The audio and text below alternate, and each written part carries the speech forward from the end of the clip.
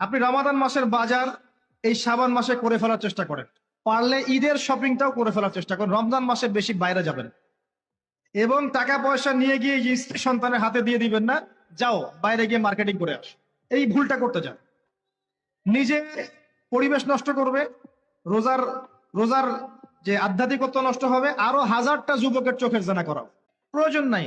আপনি পরিবারের কর্তা, লিস্ট করে ফেলেন, আপনাকে আল্লাহ পাক যতটুকু সামর্থ্য দিয়েছেন মূল মূল জিনিসগুলো কিনে রেখে দেন, আর বাকি টুকটাক বাজার আপনি করবেন। আর যখন বাজারে যাবেন একটা দোয়া পড়বেন, আপনি 10 লক্ষ নেকি পাবেন ইনশাআল্লাহ। কত লক্ষ? 10 লক্ষ। দোয়াটা শিখাচ্ছি।